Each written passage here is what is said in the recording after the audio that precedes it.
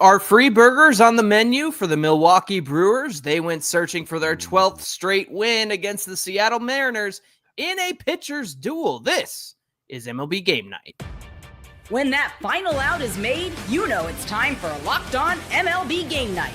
All the post-game reactions to every game across the league, every single night, with insights only the hosts at Locked On can provide. Prepare to experience game day reactions like never before. Only on Locked On MLB Game Night. Your team every day. Yes. Welcome into another edition of Locked On MLB Game Night. Every game, every night. My name is Jon Frisch. I'm one half of Locked On Angels with my brother Mike. With me is my co-host J.D. Hafron of Locked On Cardinals. And despite the rumors, no, he doesn't wear his sneakers in the pool. Okay, guys? So don't stop saying that. He's got the burgers ready for us because we've got a very interesting matchup in Seattle taking place. But coming up on today's show, Cristopher Sanchez tosses a gem.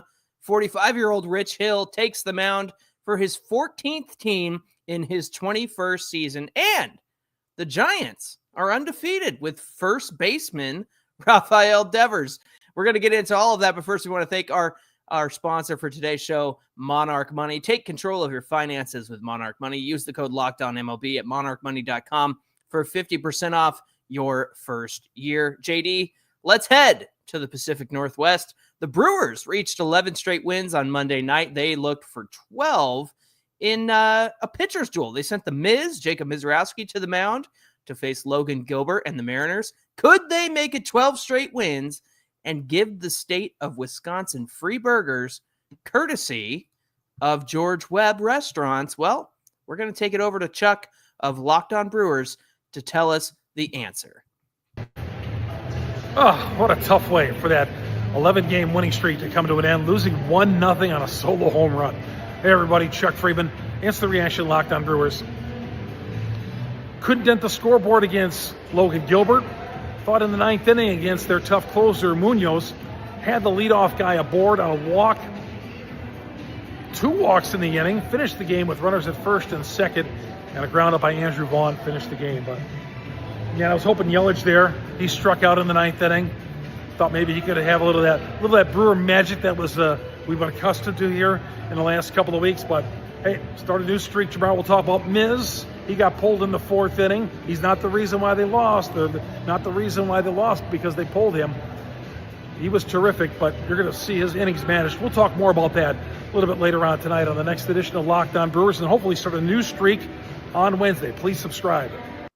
Yeah, unfortunately, the Mariners hate fun. JD, there's your answer. They're officially the worst team in baseball. They took away free burgers from everyone because they suck. It rains in Seattle all the time, and they had to rain on everyone's parade. The only burger we're getting is that burger in your hand. Is that like a clock radio, a speaker, a phone? It's a burger phone. It's a burger from phone. Back in the day. So a couple years ago, the Cardinals had a burger phone that they would call and they would dial up like, I need a home run now. And it was like their fun little toy that they played with in the dugout. It didn't work. They didn't win anything, but we bought one as something just to, play along with it. And it's just rotting up here on this shelf over here. So I figure it was relevant here. Absolutely. It's sad that I can't eat this thing though.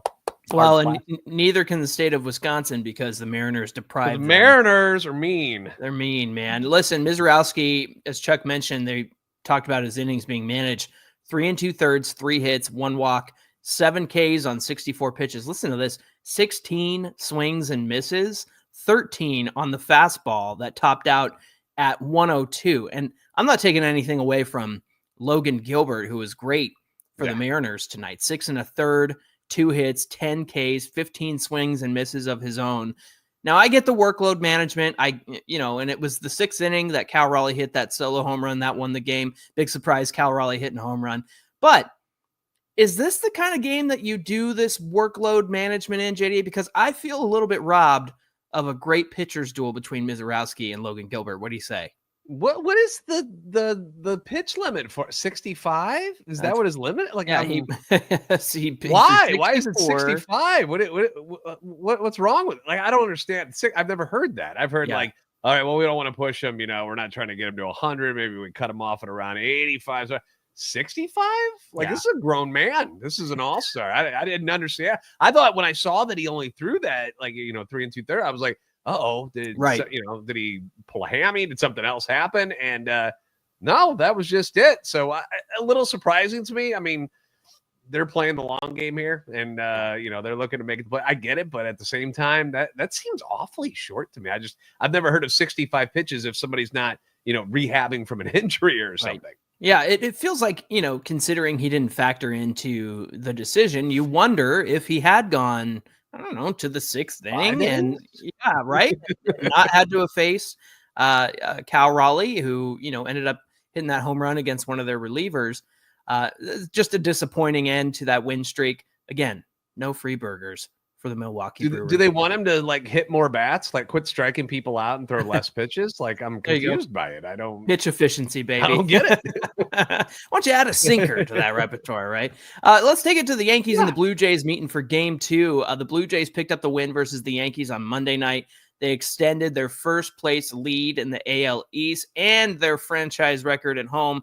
They had a winning streak of 11. They're trying to make it 12 straight wins at home. Here's Brian of Locked On Yankees on if New York could get one back in this series versus Toronto. Here we go. By far the biggest victory of the year for the Yankees, behind the biggest home run of the year from Ben Rice. I'm Brian McKeon from Locked On Yankees. They needed this win more than anything, as Anthony Volpe almost gave another game away with a big error. But hey, they got the win. They got an extra game in the standings against Toronto, and now you get Max Fried on the mound tomorrow with a chance to beat the Blue Jays in Toronto in a series, snapping their 11-game home winning streak. Again, a massive win. Big save out of Devin Williams. Luke Weaver was outstanding out of the bullpen.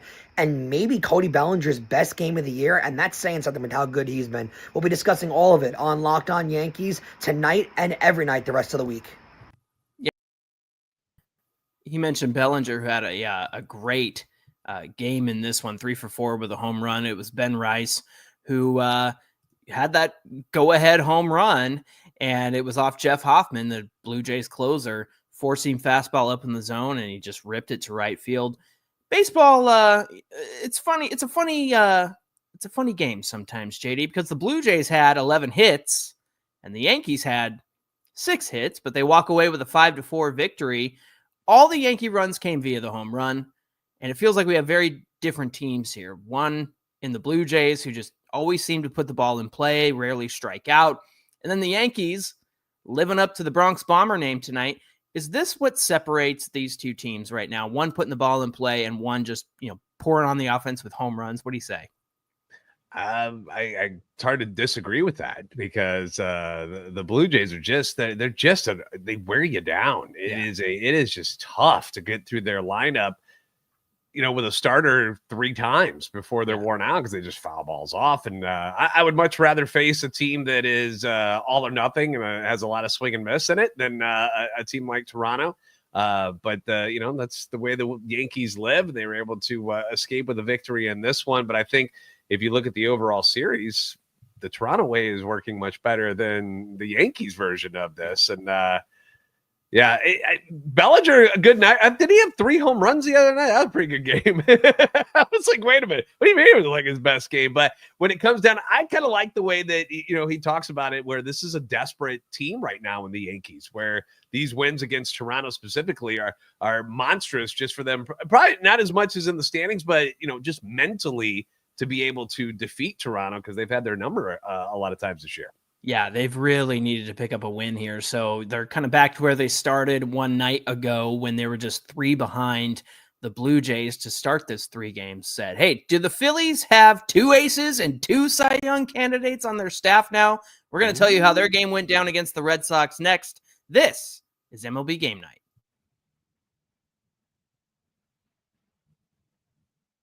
Today's show being brought to you by Monarch Money. Ever wish managing your money felt a little bit easier? Of course you do. Everybody does, right?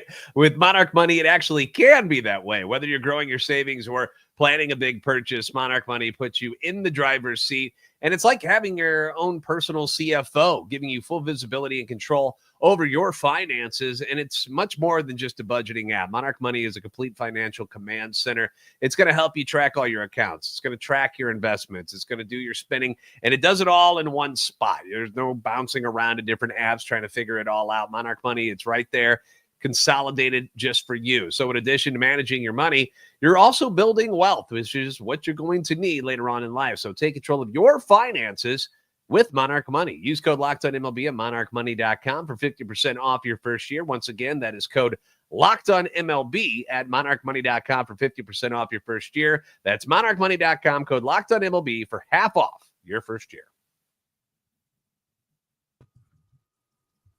Back here on a Locked On MLB Game Night, every game, every night. Let's take it to Philadelphia. The Phillies and Red Sox had one of the most unbelievable endings to an extra inning game that you'll ever see. It's only happened twice in history, as you mentioned last night, JD. It was a bases-loaded walk-off catcher's interference that allowed the Phillies to take the win on Monday. And this time they wanted to get the old-fashioned kind of win, right? They didn't want to have a funky adventure there at the end of the game. So they got it done behind an incredible start from Cristopher Sanchez. Let's hear from Connor of Locked On Phillies about Cristopher Sanchez tossing this gem. What a freaking outing by Cristopher Sanchez. His start of the year. I'm Connor Thomas, your host of Locked On Phillies. And the Phils win 4-1 over the Red Sox. And Sanchez, complete game. One earned, a dozen strikeouts for him. It was just an unbelievable performance on the mound by Sanchez. Honestly, Zach Wheeler, Cristopher Sanchez, joint National League Cy Young winners. Who says no? Make it happen, Major League Baseball. I mean, this kid's incredible. The rise that he has gone on over the past couple of years is outstanding, and he just threw the gem of the year himself. Zach Wheeler, of course, against Cincinnati is up there, but man, was this pretty darn close to that performance? It was, and the offense got going early. Quieted down late, but Schwarber goes yard again. The Phillies create in the first inning, as they've done so much this year. It's just, these are the type of games that make you believe October baseball could work out for this team. We'll talk more on the next episode of Locked On Phillies. I think October baseball is going to work out for the Phillies. They're going to be there for sure. Now, just to reiterate here, 9 innings pitched, 4 hits, 12 Ks, ties a career high for Cristopher Sanchez. Just 1 earned run on that home run from Rob Refsnyder.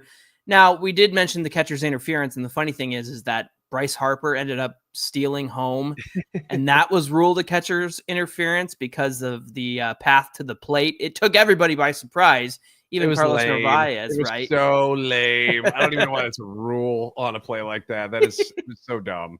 And the problem is for Narvaez, second catcher's interference call in 2 days, so he's going to hang his head a little bit. But as he mentioned, Phillies got homers from Max Kepler, and wouldn't you know it, Kyle Schwarber. So JD, complete games, always worth celebrating. They've become pretty rare these days. Why do you think we don't see them as often as we used to anymore? Well, because you got, studs like Misiorowski, pitching 65 before he's pulled from games. That's really what it is. It's just trying to save these guys' arms. These guys are bigger, stronger, faster. They're throwing harder than ever before. We're seeing more arm injuries than ever before because of it. And, these clubs want to keep these guys as healthy as possible for as long as possible, right, before any serious damage is done to them and they have to lose them for full years due to these surgeries. So, it also, you got a lot of guys taking more pitches these days. Like when you go back and you look at like some of the old footage and stuff, when guys went up to the plate, they went up there to hit. They weren't up there to look for a walk or draw out an at bat and, work the pitcher, try fouling some pitches off. No, their job was to hit the ball as hard as possible towards the players. And that was the whole idea of it. And just, philosophies have changed over the years. And, we've started to treat these pitchers with, some, little glove hands and try to be soft and cute with them. And sometimes it works, sometimes it doesn't. It just seems like the injuries are inevitable whenever they're going to happen. I do want to point out, though, that how we always give credit to the Tampa Bay Rays for making really good trades? Yeah. Cristopher Sanchez is one of those that was not a very good trade. Everybody remembers this trade in 2019 when they got the legendary Curtis Mead in return for Cristopher Sanchez. So there you go. We can hang one on Tampa Bay. Phillies got him on that one because Sanchez has been outstanding. We knew he was going to be good coming into the season, and he has not disappointed. Yeah, I think you could say the Rays are 95% success rate with their trades. That one got away from him. That's a big win for Philadelphia for sure. Let's take it to Pittsburgh. The Pirates finally got Paul Skeens a win last night. His first winning decision since May 28th, and it was a 3-0 shutout against the Tigers, who are continuing to slide. And then they had to face probably the second best starter in this rotation, Mitch Keller of the Pirates. Could the Buccos pick up their starter and provide the offense they need once again? Well, let's take it to Gary of Locked On Pirates, who's got the answer. The Pirates, for 2 nights in a row, actually provide run support for great pitching. Mitch Keller, the recipient tonight, as they win 8-5 over Detroit. The Pittsburgh Pirates just hit the baseball today. Casey Mize got chased in this one early. It was pretty much out of reach, it felt, early on. The Tigers weren't doing much against Mitch Keller, and then boom, Rogers hits a 3-run homer and kind of put the game back into contention. And to the Pirates' credit, they pulled away again. This is Gary from Locked On Pirates. One of the biggest takeaways from this one, besides Brian Reynolds, I'm going to tentatively talk about him continuing to show progress the last few days. I think we saw a few stutter starts on that. But somebody else who's really starting to heat up is Spencer Horwitz. This is the kind of hitter we expected to see when we traded for him, before the surgery, before the late start to the season. It's back-to-back games with 3 hits now for Spencer Horwitz, looking much more comfortable at the plate, hitting the ball hard too, and to all fields. That's more of the hitter I think we thought we were going to get. Really liked the look of Gonzalez in that 2-hole today, too. That was an interesting alignment. I know they were resting Kutch, but I thought that brought something to the table. Time to move Cruz back up and back him up with Brian Reynolds again. Let's get that core back together and see if we can't resurrect this offense in the second half with what's left after the trade deadline. More on that tomorrow morning. Locked On Pirates. Good stuff from Gary there as he celebrates another win against the top-tier Tigers. Casey Mize didn't have a great outing. 4 innings pitched, 10 hits, 5 runs, 4 earned, 1 walk, and 5 Ks. Tigers offense just could not catch up once the Pirates offense got going. Let's take it to Chicago. Wrigley, the Royals met them last night and poured on the offense. It was 12-4 when all was said and done. And then the Cubs, they lost sole possession of the NL Central with that loss. And then 45-year-old Rich Hill takes the hill for the Royals, his 14th team in his 21st season. Here's Locked On Royals Jack Johnson on Rich Hill's return to the mound. Nothing entertaining for the Royals tonight as they are shut out in Game 2 by the Cubs, 6-0. I am the host of Locked On Royals, Jack Johnson, giving you a few takeaways from what was a really uninspiring performance at Wrigley Field tonight.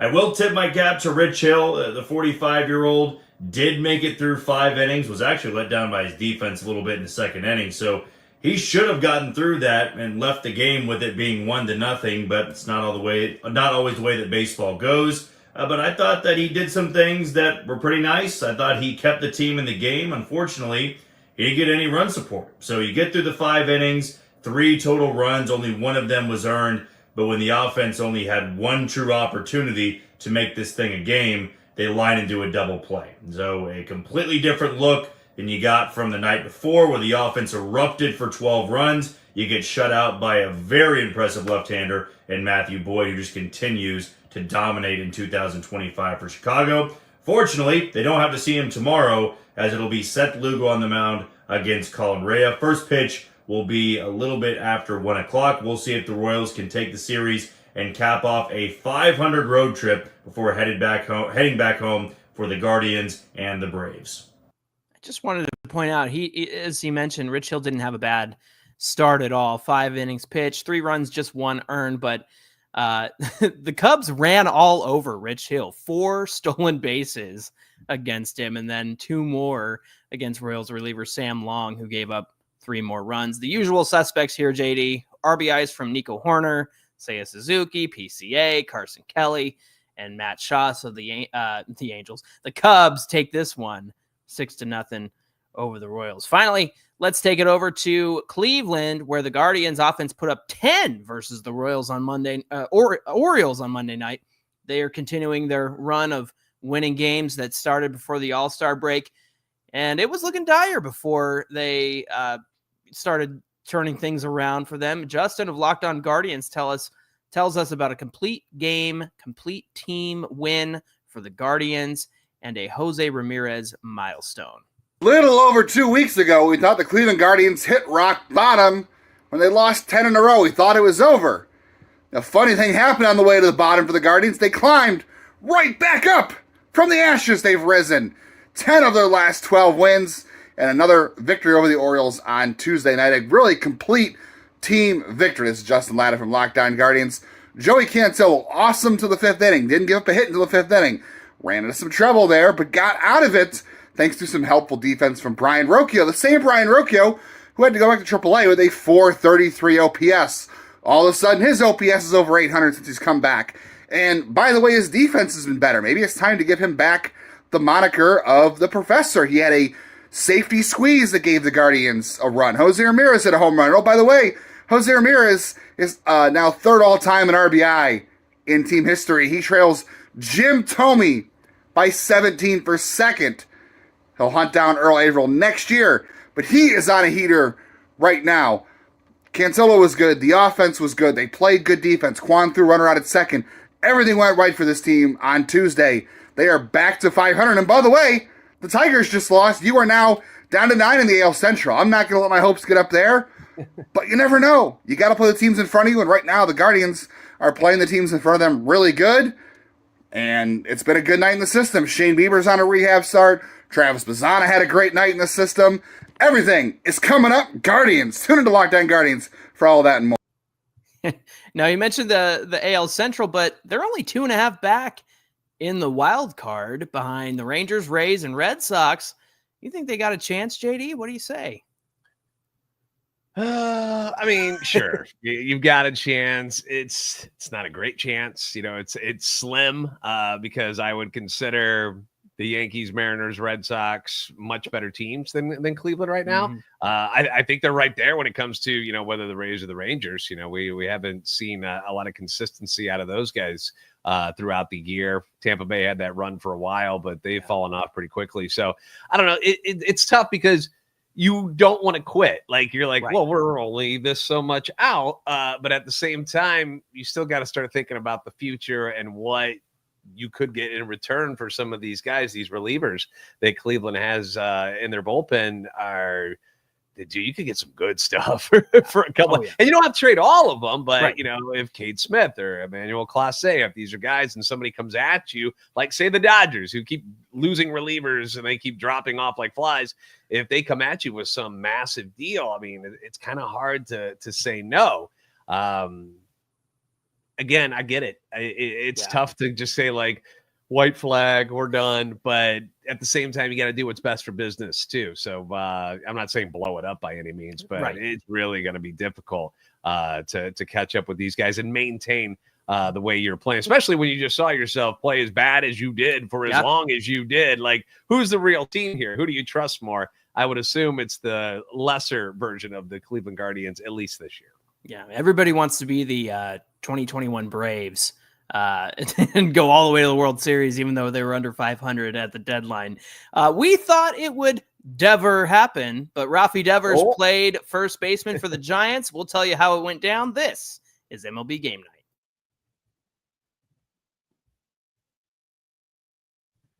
Today's show is being brought to you by OpenPhone. Now, if you're running a business, you know this already. I don't have to tell you, but every missed call is really just money left on the table, which is a big no-no. You put that money in your pocket. That's where it belongs, right?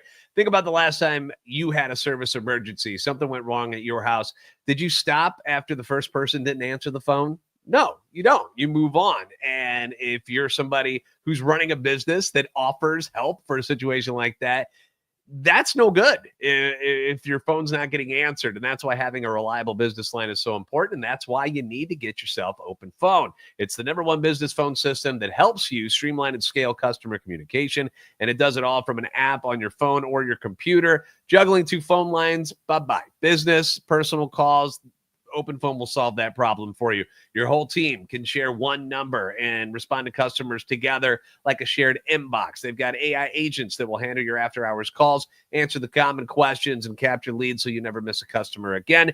And OpenPhone right now offering Locked On MLB Game Night listeners 20% off your first 6 months at openphone.com/LockedOnMLB. That's openphone.com/LockedOnMLB. And if you have existing numbers with another service, OpenPhone's going to port them over at no extra charge. OpenPhone, no missed calls, no missed customers.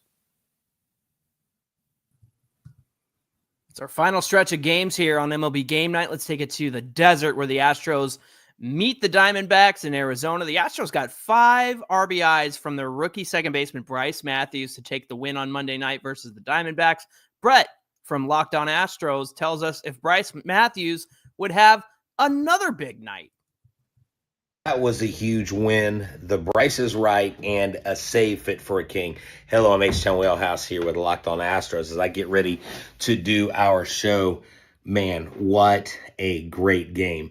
This was a team win. Framber Valdez goes out on the mound, and what does the team do for a 13th time in a row? They win a game. That ties a record set by Garrett Cole, former Houston Astro. We all are familiar with him. But Bryce Matthews, the first RBI program graduate to make it to the big leagues. Now, there are other graduates, but they are in different levels in the minor leagues. Bryce is the first to make it up a second night in a row. The Bryce is right, hits a home run, puts a team on his back, and at the end of the game, helps Brian King get his first save, helping to turn a double play. There were bases loaded with no outs. Brian King gets a first strikeout, gets blazed, knocks him out of the game with the strikeout, and then just rears back and fires bullets, gets the double play. The Astros win. They take the series. Hopefully they can go for the sweep. Stay tuned into Locked On Astros with your team every day. I think Brett's going to wear that phrase out, but I like it. The Bryce. I was going to say, did you write that for him? That sounds like something you would put down, John. Listen to this. Bryce Matthews, go ahead, 2-run home run in the 8th, his 3rd homer and 7 RBIs over the last 2 games. Just an incredible start to his big league career. All right, JD, take us to Colorado, where you said yesterday that you wanted to see Michael McGreevy be part of this rotation moving forward. Seems like that should be the case, right? Yeah. Eric Fetty got another start tonight in Colorado, and once again, it was awful. He has been one of the worst pitchers in baseball since the middle of May. Let me check the calendar. We're almost in August, and he's still not very good. This guy surrendered 6 more runs on 7 hits, 2 of them home runs in just 3 innings of work.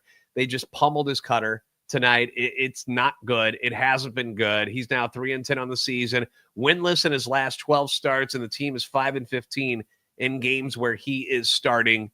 Had a listener call him Fetty Krueger. Again, something maybe you would have wrote, John, which I found hilarious because he has been a nightmare in his last 7 starts, going 0-5 with an ERA close to 10. The Rockies kicked his butt. The Cardinals offense, they fell behind 6-0. And you're already like, oh, cool, great. We'll do our best to come back. They end up scoring 4 runs, but they lose this game by a score of 8-4. I don't know what they're going to do or when they're going to do it, but what they need to do is get him out of this rotation and let Michael McGreevy take his spot.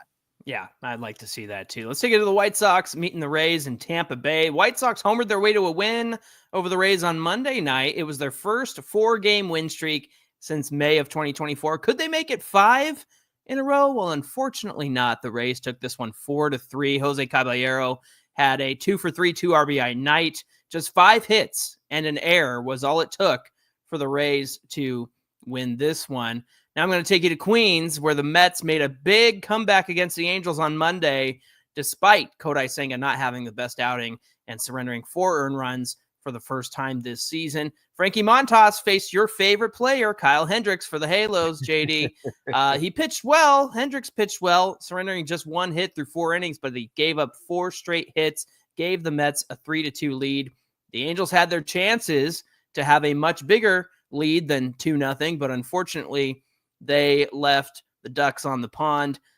Mike Trout came up in the top of the ninth, 2 outs, 2 on, and he popped out at the end of the game to Pete Alonso. So not quite who you wanted to, or how you wanted that one to go down, especially with Mike Trout at the plate. But the Mets, bottom of the lineup, doing all the damage. Francisco Alvarez looks like a new guy since he came back from AAA, a 2-run home run there. Ronnie Mauricio got on base for Brandon Nimmo to drive him in. Lindor, Soto, and Alonso go combined 0 for 9 with 2 Ks from Lindor, 1 from Pete, and 3 walks from Soto. One of those was intentional. So the Mets take this one 3-2, the slimmest of margins. Let's take it to the Reds meeting the Nationals. The Reds got a poor pitching performance from Brady Singer. They were trying to get a bounce-back win behind top prospect Chase Burns, but the Nationals stacked up 5 earned runs against him in this one. 5 2/3 for Chase Burns, 7 hits, 6 runs, 5 earned, 2 walks, and 10 Ks. JD kind of reminds me of the way that things started out for Hunter Green with the Reds and how his career began. It took him about 2 years to get to where he is now. You think Chase Burns is on that same kind of trajectory there? Dude, his stuff is really, really good. Like when you see people hit him, when Boston really lit him up that one game, they attributed that to him tipping pitches because it was bizarre. Because his stuff is electric. He is so good. And I will take the blame for this one, by the way, because I picked him up in fantasy as a spot start. Not to sabotage him by any means. I was hoping for good. And I'm watching the game on my phone and I'm like, oh, look at him. He's just blasting through people. The slider was looking crisp. And then 20 minutes later, it's there. He's giving up 5 runs. I'm like, what happened? But these are the growing pains with young pitchers. These MLB hitters, they're good, man. And even a team like the Nationals, which has been disappointing and hasn't quite lived up to expectations, they're going to hit young pitchers who make mistakes. And that's what they did today. Yeah, absolutely. Hey, take us to Miami, JD, where the Padres met the Marlins for Game 2. Yeah, Padres Marlins, they had that really good pitching matchup yesterday. Padres ended up taking that one by a score of 2-1. They're still lurking in the NL West behind the Dodgers, but they're in a wild card spot entering the play on Tuesday. Marlins also, they've been playing some solid ball as well, having gone 12-8 in their last 20, but it was another low scoring affair. Marlins ended up getting the upper hand by a score of 4-3. Edward Cabrera, really good in this one. 5 2/3, 1 run, 5 hits, 6 strikeouts to move in 3-3 on the year. The Padres made a game of it late. They scored 2 runs in the top of the 9th inning, thanks to a 2-run double by Jackson Merrill. And there was nobody out, too, and they weren't able to bring him in. So Marlins take it 4-3. A little trade deadline chatter before we came on. The Padres have reportedly intensified talks with the Atlanta Braves about DH Marcell Ozuna. So wonder what Padres fans would think of the Big O coming to San Diego. You got to think Edward Cabrera for the Marlins is going to be in a lot of trade talks. I'm keeping him if I'm the Marlins. Again, I'm not blowing this thing up. I'm keeping all these young dudes unless somebody comes with a king's ransom. Yeah. GM JD right there. I love it. Hey, let's take it to Atlanta. Talking about those Braves. Braves had no trouble scoring runs in Monday night's game against the Giants, thanks in part to a big night from Drake Baldwin, who I picked up in fantasy. But the Giants returned the favor. They put up 9 on the Braves in a 9-0 shutout. Locked On Angels legend Davis Daniel, who was part of the Angels organization, has been on our show before. He got the start. They scored 4 off of him in the second. Wilmer Flores smashed his 12th home run of the season in the 7th, drove in 4 on the night. Rafi Devers started at first base for the first time in his career, went 2 for 5 with an RBI and 2 runs scored. Did not have a ball hit in his direction at first base, but he did get 4 putouts and he can still catch a baseball. So that's good news. Right. Yeah. So good little win there for the Giants, getting one back against the Braves. Hey, take us to Texas, my friend. Here we go. Rangers welcome back Josh Young against the A's on Monday. They took the win behind some of their young talent, decided, you know what? You guys relax. The veterans are going to take control tonight. Starter Jacob deGrom, he was awesome again. Ended up just dominating. 6 innings, 1 run, 3 hits, 9 Ks. He goes to 10-2 on the year. He's got a 2.28 ERA. Some of the other old guys on the team, guys like Corey Seager, Adolis Garcia, Marcus Semien, they end up hitting home runs. So a good win for the Rangers, and DeGrom continues to be awesome when he's healthy. Yeah, 10-2 on the year, 2.28 ERA for DeGrom. Finally, let's take it to Los Angeles, where the Twins went over the Dodgers 10-7. Dodgers were able to end their skid on Monday night, but the Twins were all over the Dodgers in this one. Unfortunately, Ben Kasparius gave up 3 earned runs before leaving with an injury. He's been a huge part of their bullpen. And then Tanner Scott, went on the IL with elbow inflammation after leaving the game on Monday night. It did get interesting there at the end. Ohtani hit his 36th home run in the 9th inning to make it 10-7 in favor of the Twins. But unfortunately, for the Dodgers, they just came up short. Listen to this. Royce Lewis, 0 for 3, but had 3 RBIs on a check swing throwing error with the bases loaded in the 7th inning. So just a wild one there. So this series is split at 1-1. Thanks for joining us for this episode of Locked On MLB Game Night. Don't forget to like, share, and subscribe. And we hope you'll come back tomorrow and join us on MLB Game Night, every game, every night.